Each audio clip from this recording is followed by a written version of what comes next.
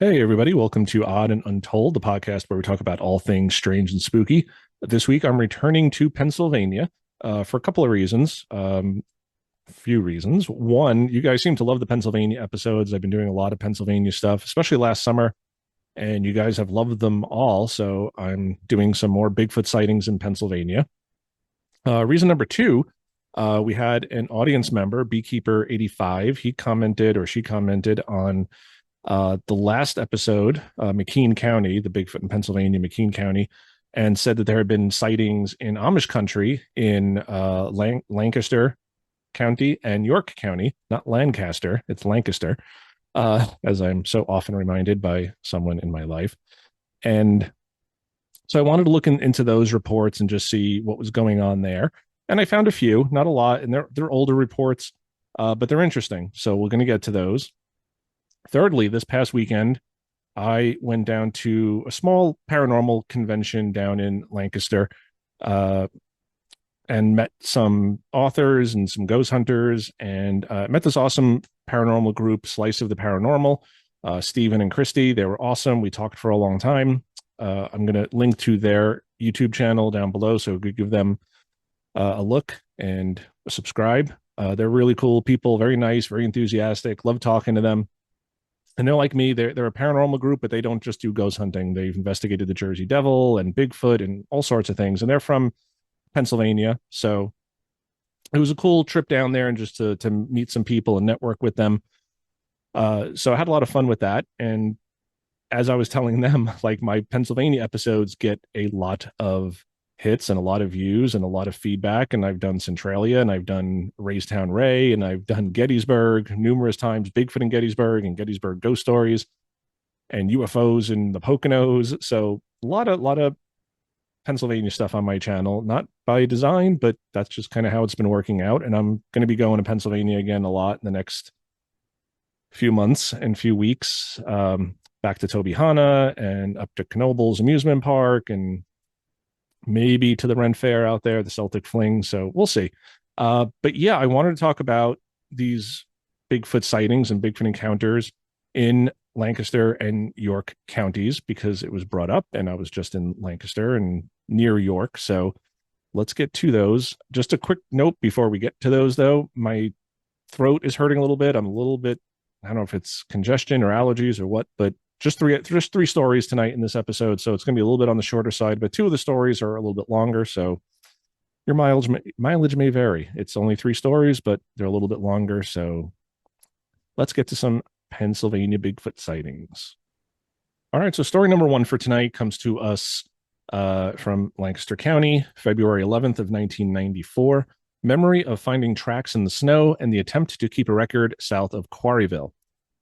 So yeah, location details. The area lies very close to the river hills of the Susquehanna, where there's a lot of cover and not a lot of people. Nearest town is Quarryville.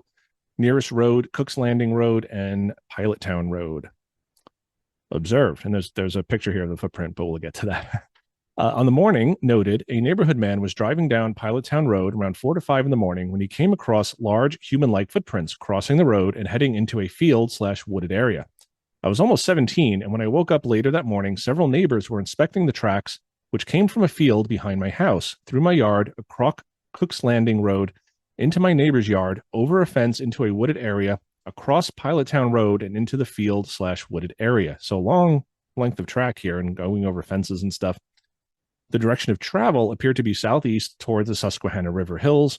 Whatever made the tracks did take the time to inspect my rabbit hutch and my neighbors as well, though leaving them undisturbed. Interesting.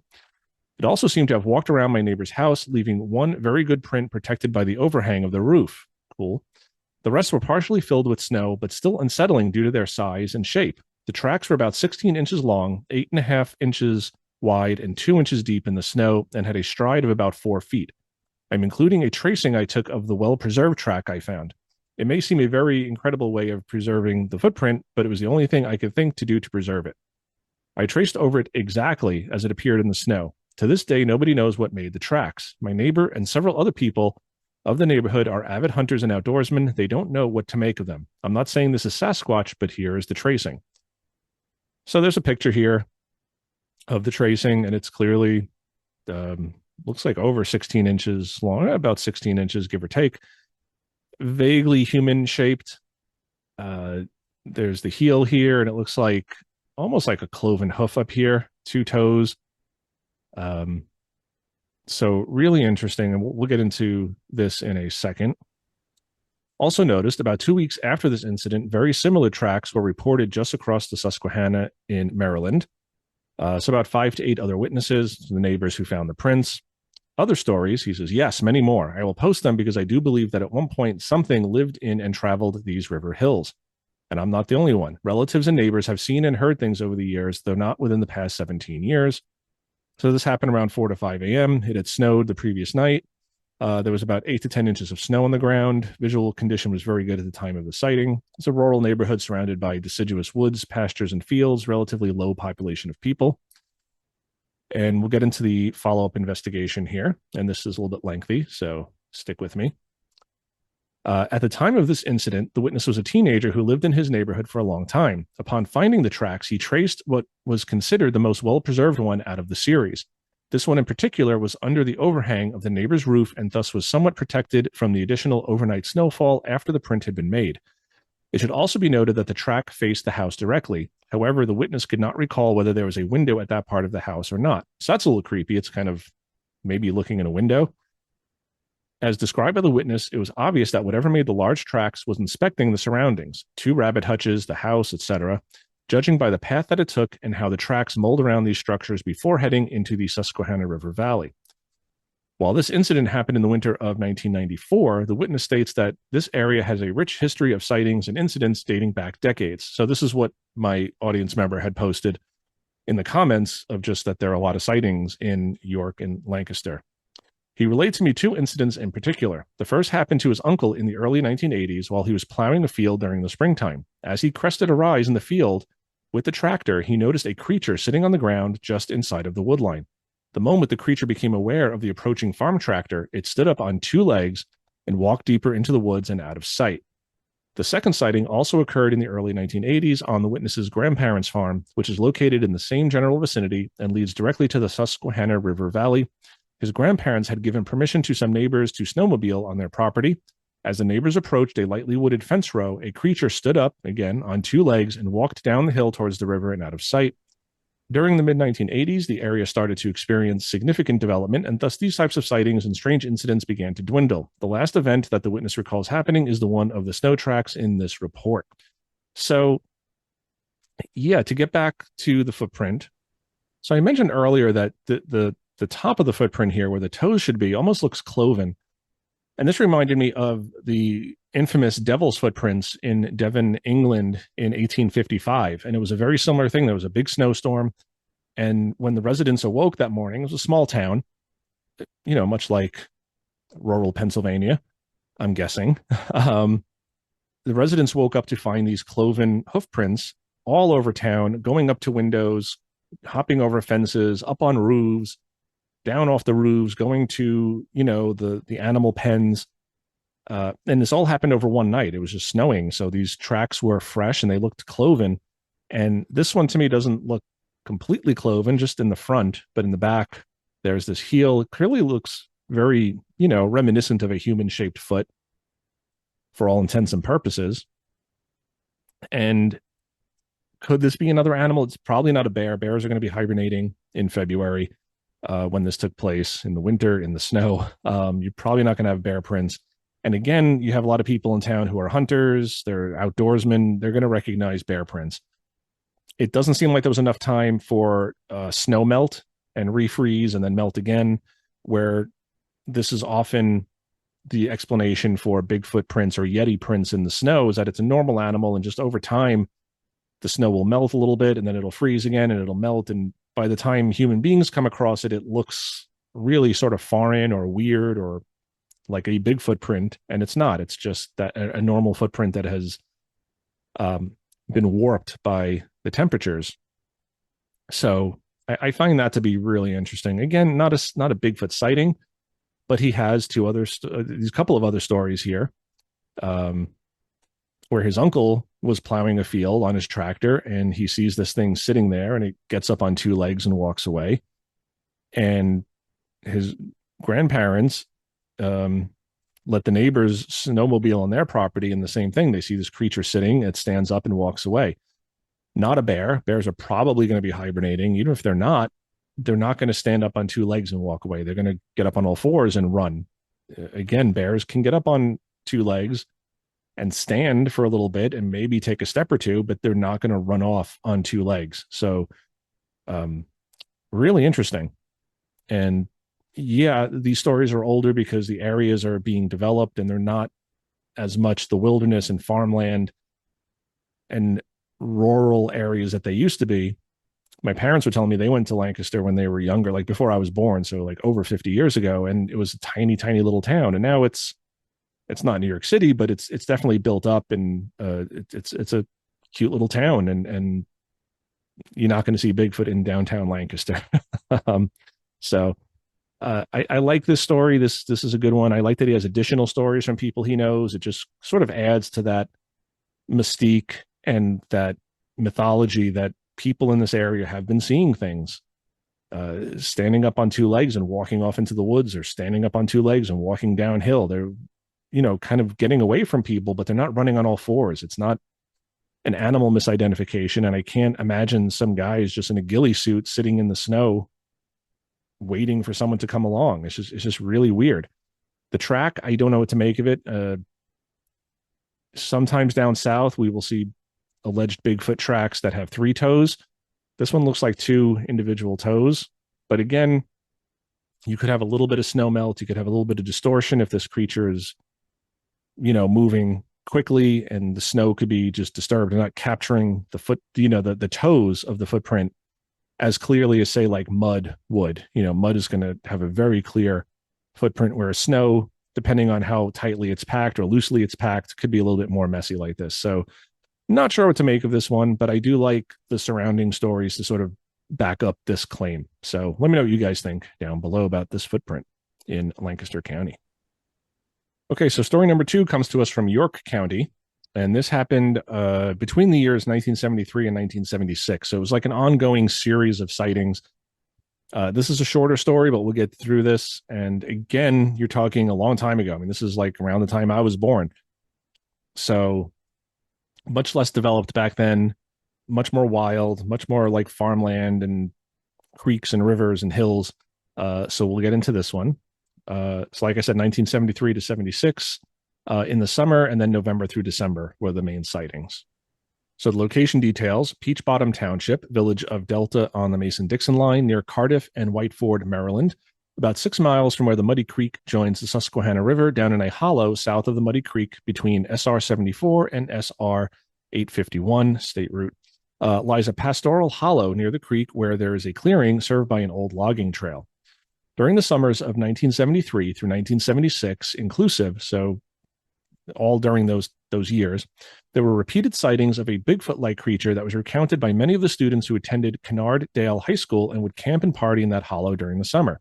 Also, there were several abandoned slate quarries, heavily wooded, and they provided an incredible degree of nearly inaccessible habitat for the alleged beast. Observed, it was a large, man-like creature covered in hair, nearly 7 foot tall, covered in hair with a gait nearly 4 foot in length. So very similar to these previous footprints. And these stories are like 20 years apart, 70s to the 90s, but they both say about 4 foot stride. The stories abounded while we were in school, and many sightings would be seen during the beginning and near the end of deer season. So also interesting. A lot of people report these creatures chasing deer or hunting deer or carrying a deer on their shoulder. So I find that really interesting. Also noticed, this is near Philadelphia Electric's Peach Bottom nuclear power plant and about 37 miles south of 3 Mile Island. Other witnesses, some were drinking, but many were clear-eyed and sober during hunting season. So this is a vaguer story. It's just sort of this collection of like, hey, me and other people that I knew, we all kind of had stories or knew people who had stories of seeing these creatures, 7 foot tall, hairy, humanoid, walking through the woods. And yeah, sometimes it was teenagers partying and drinking. But again, I don't think a little alcohol is going to make you see Bigfoot. Heavy duty drugs, maybe. But I doubt most of these people were doing that, especially in hunting season. Most hunters, and again, not all, There are no absolutes. The only absolute in life is that there are no absolutes, as I always say. But most hunters are very responsible people. They do not want to shoot another human being. They do not want an animal to suffer. They are out there not for trophy hunting for the most part. They're out there to kill these animals for food, for supplies. They use the animal. It's not just going out there for fun and hooting and hollering and drinking. So most people who are hunters are very responsible. They're very good with their guns. They keep the safety on. They keep it not pointed at anybody. They're not going to be out there drinking. Again, most. I'm not saying that hunters don't drink. I'm sure there are a few out there who do, but for the most part, by and large, hunters are responsible when they have their firearms with them. And if they're seeing these things, they're not drinking. They're not drunk to the point where they're going to hallucinate seeing a hairy humanoid walking through the woods. So I included this one just because it's York County and there's the history, because I believe someone had questioned Beekeeper 85 and said, hey, are these recent? I haven't heard of any of these. And yeah, most of these stories are not. I mean, the most recent one so far is from 1994. So a lot of these tales are going to come to us from back in the day. And this person doesn't really have specific stories. He just knows, like, hey, we all kind of had stories of seeing this creature, and we were out there and we're in the woods and we're hunting or, hanging out, and we're seeing these things. So there is a history of this creature in York County. Very interesting. No follow-up investigation here, of course. But let us move on to our final story. Okay, so our third and final story for tonight comes to us again from York County. Shriek heard in Pennsylvania woods in the early 70s.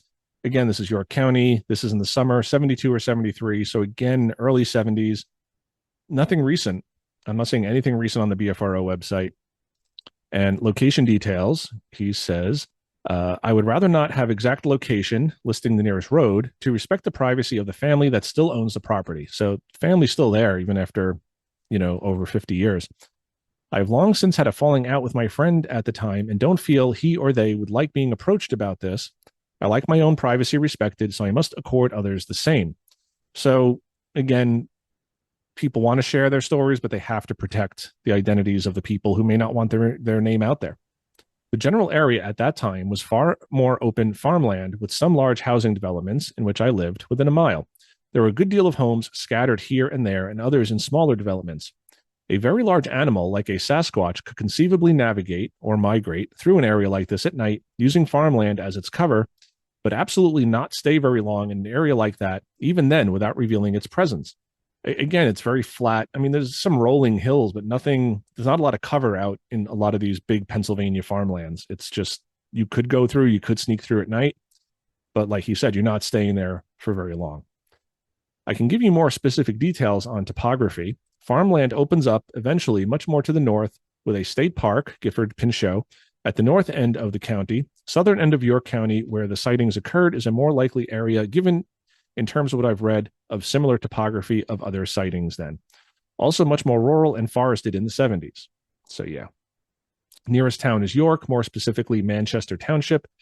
Nearest road is Raintree Road, and observed. He says, hello, my name is Doug, and though I'm very reluctant to post this story, I'm going to do so anyways. The area that this happened could not be a more unlikely area for a Bigfoot occurrence then, or especially now with all the development of the farmland in the last 25 years, which has been extensive and at a phenomenal rate. So yeah, it's kind of sad how quickly progress is kind of taking over the farmland and the woods. After reading many, if not every last report on this website, and coming across more than a few that have happened in improbable areas, such as Bigfoot running down neighborhood streets and sightings or vocalizations near condo areas, I decided there just might be some merit in submitting this for a review. A skilled researcher might be able to shed some more light, maybe. My friend's parents owned a small, somewhat defunct farm with, I'm guessing, maybe 15 to 20 acres of land, not the best judge on that. They had 3 horses, 2 mares that were allowed out in the field areas, a stabled stallion, and a pony, I believe. The barn was in disrepair and part of the roof had collapsed years earlier. There was a large pond that was almost completely enclosed with an impenetrable thicket of briars ringing almost the whole circumference of the pond, except for a small area that was kept open for access for the horses to water. Much of the property was overgrown with these same briars that tended to make big circular mounds here and there in the field. The house sat close to the road, the barn to the left and further behind. The extreme left side of their property was bordered by a small stream that edged along a small 100-foot by 30-foot stand of very dense pine trees. These pines, species unknown, tend to have a very dense understory of almost horizontal dead dry branches due to years of growth at minimal sunlight. The lower end of this pine grove had a mowed lawn area, next door neighbor's property, who were also related to my friend's family. You had to access the camping area through the neighbor's property as the overgrowth of briars and other weeds, brambles, and trees made it impossible to get there directly for the E property. He blanks out their name. The pond in relation to the campsite was to the left if you were looking back up toward the road, with the stream running between. The dense pine grove then lay between you and the road unless you skirted around it through the neighbor's backyard. This is what happened. No sighting, but a vocalization. We had gone down to the campsite, had built a fire, and been down there for about an hour. During this time, we all felt uneasy, even though we had been there before many times. So this is something, pay attention to that, and I'll get back to this. This is a long time ago, but to the best of my memory, we had been joking, probably made something to eat over the fire, but something felt really wrong this time. Wrong is the best word I can use to describe it. I remember I felt like I couldn't just sit down by the fire and stay with the conversation, though. From back in the pine grove was the occasional deliberate breaking of branches that were just a little too large to the sophisticated human ear, and just had the sound of being up off the ground some ways. This would start and stop. We would listen and comment on it. First, we thought maybe the mares had gotten back into the woods. Unusual, but this later was confirmed not to be so because we found out the next day that they were stabled for the night. So I like that. He's kind of checking to see, like, could it have been the horses? We then thought it might be some older boys who were trying to scare us into running. It would be quiet for a while, then there would be a sense of movement closer to where we were and then receding. We shined a flashlight and ventured back a little ways, but saw or smelled nothing. The sounds began again, this time definitely agitated, insistent with a very permeable feeling. We started to get unnerved, moved out into the neighbor's yard. The sound grew louder with traceable movement, and then this ear-splitting scream cut right out into the night. One loud shriek, louder than anything should have to be. It just cut right to the core of your soul. Like so many reports I've read on this website, it's virtually impossible to do it justice with a human description precisely because it sounded so inhuman. We just ran like hell back to the house, left everything behind. No sense of being followed at all. No visual sighting. I almost wish. And I get that. You kind of want to verify that this is what you think it is. No bad smells or odors. In terms of other reports, this pales, I know. So he's admitting, like, this is nothing groundbreaking. But this is what happened, and I never forgot it. We knew what Sasquatch were at the time, but no one ever heard of sightings east of the Mississippi to the best of my memory then. So I've mentioned this before, too. People think Bigfoot, they think Pacific Northwest, California, Oregon, Washington, Canada.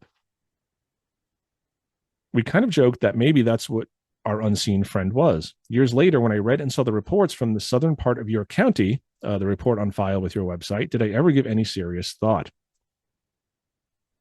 Also noticed, my friend noted that he had spent the night before down in the grove and felt very uneasy, like he was being watched. I'm not sure if he said he left to go back to the house because of this. We had prior to this spent time camping down there and running around in the early morning hours, being teenagers, and never experienced anything like this before. Other witnesses, there are three, so three other friends. I don't remember the name of the third. He was a friend of T, I'm guessing Tom, a long time ago, just sitting around the campfire. Other stories, just noting that my friend spent the night before at the campsite alone and felt very uneasy.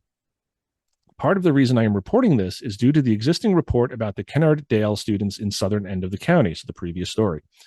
I don't remember hearing about those sightings while they were happening in those years. I do remember on the back page of the York Dispatch, now defunct, a picture of a state trooper, I believe, standing almost spread-eagled with his crotch just above the snow with his legs stretched out in some melted-out prints that were found in the snow down in that area. I think the year was 1978 for some reason, not earlier 70s. Maybe you can confirm this. Some alleged the prints were Sasquatch. I remember he, the trooper, was grinning into the camera because he could only just barely match the stride of the tracks. So, long stride again. If I remember right, I believe there was an accompanying story about a local high school teacher taking students out on a field trip and having rocks rolled or thrown at them from an unknown assailant from an above forested ridge area. So, rock throwing, just another Bigfoot behavior. Time and conditions. Incident occurred somewhere between the hours of 9 and 11 p.m. Night skies were, to the best of my memory, clear. Don't remember it as being very humid at all, as most summers around here are. And yeah, Pennsylvania gets humid. It could have been, I'm just not sure, due to the long period of time ago that this happened. So the follow-up investigation doesn't say by who. The investigator spoke with the witness for almost 2 hours relating this story. Witness recalls this incident as if it was yesterday. A trip to the area in question would most likely not prove anything, as over the years, the landscape has changed dramatically. So, yeah, it's over 50 years ago. Nothing's going to be quite the same. When speaking about the vocalization, the witness stated that the sounds heard were accompanied by intentional branch snapping sounds. So, again, I usually don't like vocalizations or tree knocks or anything like this. But this one interested me more because you have this instinctual thing here where they felt uneasy. They've done this before. They've been there many times before. It wasn't a new place. So why this night are they feeling uneasy? Could it have been another animal? Of course, there could have been coyotes in the area, or a bear, mountain lion, anything like that made them feel like they were being watched, made them feel uneasy. The scream is really what gets me, and the way he describes it is just like cutting through into your soul. And that's how a lot of people talk about these howls. And yes, a fox or a fisher or owls, I mean, all these animals can make really sort of unearthly sort of screams, but you can tell it's coming from a smaller animal. So most people, when they hear these things, is, oh, like, we heard a woman crying in the woods, we heard a woman screaming, or a child screaming. It's this high pitched scream, but no one is saying it's inhuman. They just think maybe it's a woman being attacked, or a child who's lost, or whatever. They're not saying that it's like hitting, like cutting through them. And I've heard howls like that the bass was so deep it like reverberated in my chest. That's not an owl. That's not a coyote. I mean, coyotes are small. They're dangerous in numbers. One coyote is not going to do much damage to you. It's the pack that gets you, because they're small. And bear, they don't really shriek like that.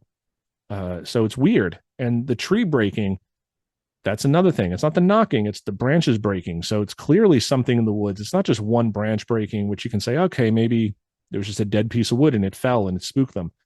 If they're hearing this sort of intentional branch breaking and it's off the ground, they're not hearing something hit the ground. They're hearing snaps up high. And then that is, followed up with this scream, just really interesting. And he's hearing about these other stories in this area from around the same time period. So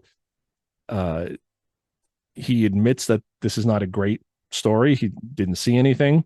It's not the most sensational story, but it's interesting. And again, it just kind of adds, it's not proof of anything, but it's just another little piece of evidence that maybe there was something going on in York County. Maybe not these days, maybe nothing recently because of all the development, but in Lancaster and York, maybe 20, 30, 40, 50 years ago, these creatures are much more prevalent there. Again, I've done sightings in Gettysburg or around Gettysburg, Adams County.